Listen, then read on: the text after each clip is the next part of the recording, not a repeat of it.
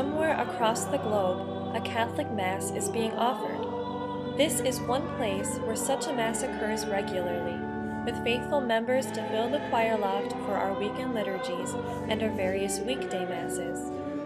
It is a place where Catholics of this community bring glory and praise to our God through attendance, prayers, and offering music, which is an integral part of every Mass service. This is a small congregation in northeast Iowa, which carries on the religious tradition that was handed down from our families when they came to America and established our churches.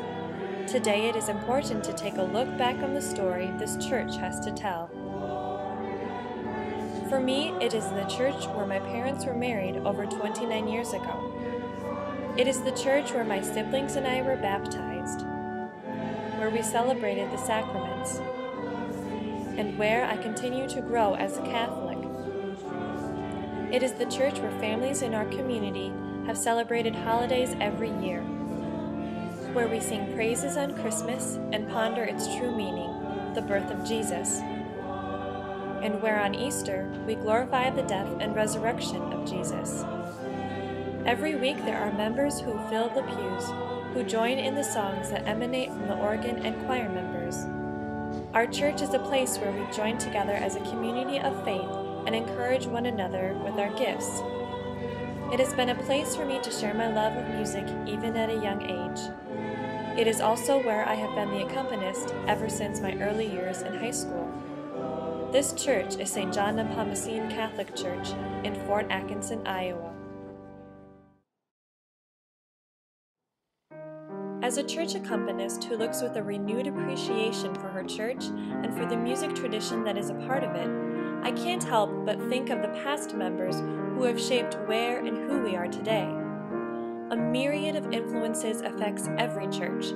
These aspects include when it was built, who built it, the members throughout its history, and the broader changes within the global Catholic Church herself. Specifically, I would like to delve into these factors and see how they have shaped our ministry of music within our church. Our music ministry is provided by the instruments and the people within our churches. The majestic pipe organ that stretches over 18 feet high is tuned regularly and is used in Masses still today. It was purchased in 1921 for $2,700 and was completely overhauled in July of 1955. With the statue of St. Cecilia donning the organ, the pipes of the organ as well as all the voices of the choir continued to fill the church with music. Choir of St. John's has always had faithful members.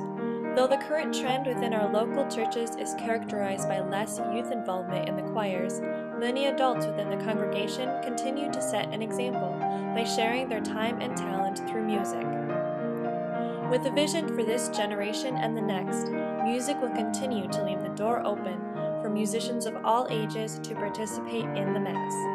For me and so many other members, music within our church has offered wonderful opportunities to perform, share, and praise our God through this outlet of ministry.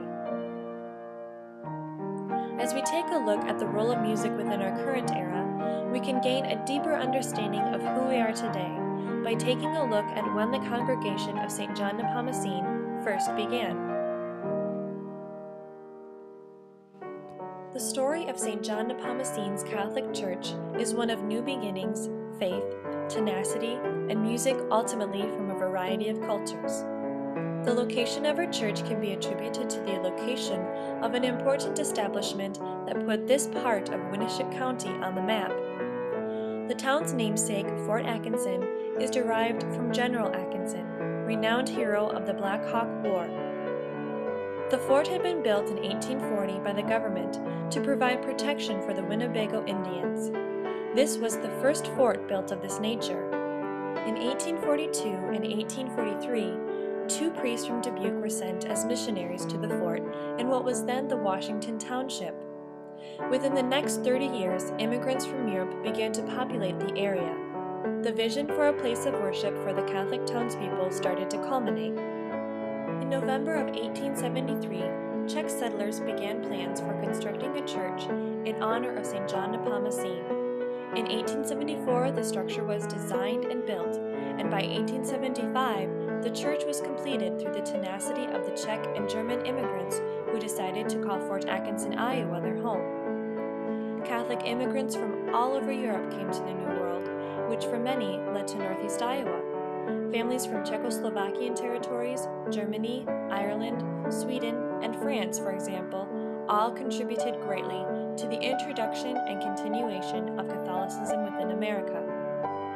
But what were some of the catalysts for Catholic immigrants, or immigrants of any religious denomination, to venture to America and eventually Northeast Iowa?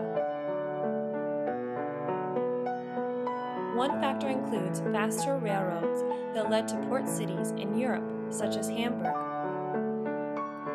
Furthermore, between 1850 and 1875, the time that it took to make the transatlantic journey dropped significantly from 44 days to only 9.7 days. This made the approximately 4,000-mile journey quicker and less expensive. Finally, when the immigrants reached a port city, railroads connected them from the East Coast to other states and cities such as Chicago. These connections made European immigrants ever closer to Northeast Iowa.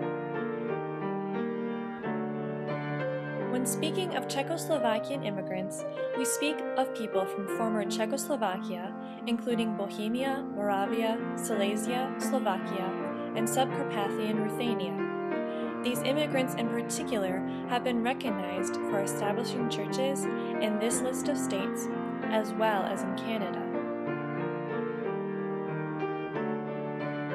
Within Iowa, churches established by Czech immigrants include St. Wenceslaus in Spillville, St. John Nepomucene in Fort Atkinson, St. Ludmilla in Cedar Rapids, and a St. Wenceslaus in Cedar Rapids, Garner, and Iowa City. Among the most popular saints' names that were chosen when constructing these churches are St. Wenceslaus and St. John Nepomucene. When speaking of Czech Catholic churches, these are the two names that are most commonly used. This comes at no surprise when considering that Wenceslaus was a revered Duke of Bohemia and is the patron of Bohemia. The popular song Good King Wenceslaus, written in 1853, is in honor of him. Also, St. John Nepomucene is a national saint of Czechoslovakia. The two churches that are specific to this story include St. Wenceslaus in Spillville and St. John Nepomucene in Fort Atkinson. However, it is important to know that although these churches are recognized as being primarily Czech Catholic churches, immigrants from other countries such as Germany played a huge role in their construction as well. 13 years before plans for a Catholic church in Fort Atkinson began, St. Wenceslaus Catholic Church in Spillville had been completed. In 1860, Catholic immigrants had finished the construction of St. Wenceslaus, making it the oldest surviving Czech Catholic church in America. The pipe organ was installed in 1876, and throughout the years, additions and improvements were made to the church. Still today, restorations are happening within the church, and the organ still fills the voluminous space with music. In May of 1893, a prominent Czech Catholic composer arrived in Spillville with his family. Antonin Dvorak spent the summer of 1893 in this small Czech-speaking village, which reminded him of his native country. It was at St. Wenceslaus that Dvorak played organ for masses, which often began early in the morning. Perhaps St. Wenceslaus reminded him of the church in Prague, where he had been the church organist in previous years.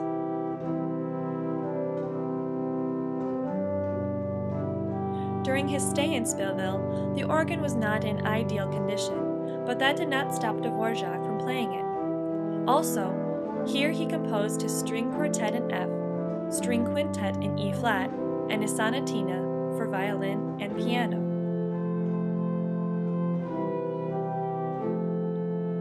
Before coming to Spillville that May, Dvorak's New World Symphony, which includes the Largo movement, had been premiered in Carnegie Hall. One can only speculate that the distinguishable melody echoed once or twice by the composer himself when he played the organ in St. Wenceslaus that summer of 1893.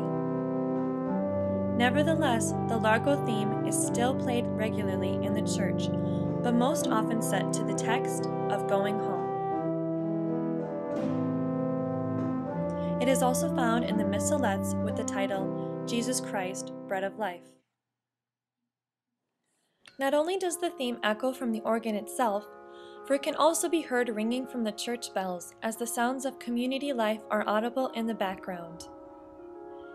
The theme is actually inspired by an African American spiritual, which illustrates how our music in the past and present is inspired by a mixture of our heritage, especially in America.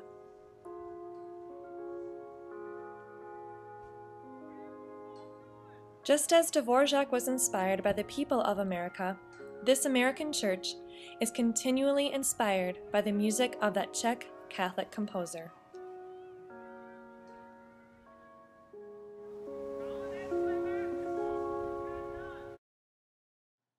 St. John Nepomucene and St. Wenceslaus share a similar heritage.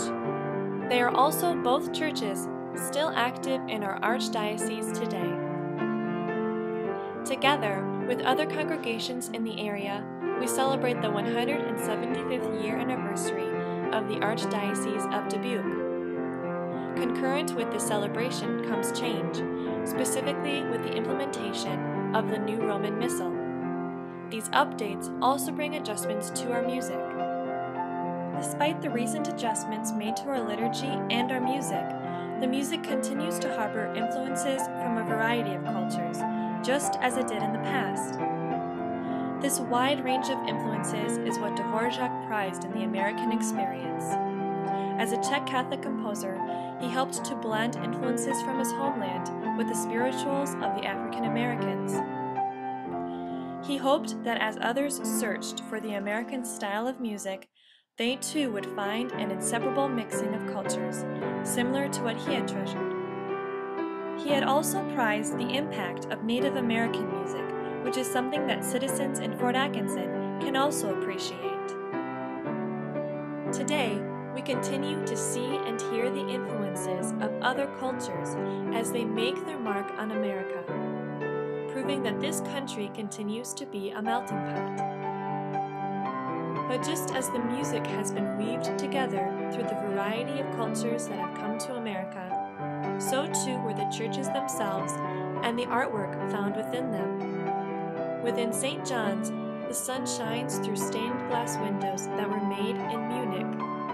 The oil paintings illustrating the Stations of the Cross came from the Schmutzel studios in Europe. A vast amount of ornate artwork that decorates Catholic churches across America often came from a different country.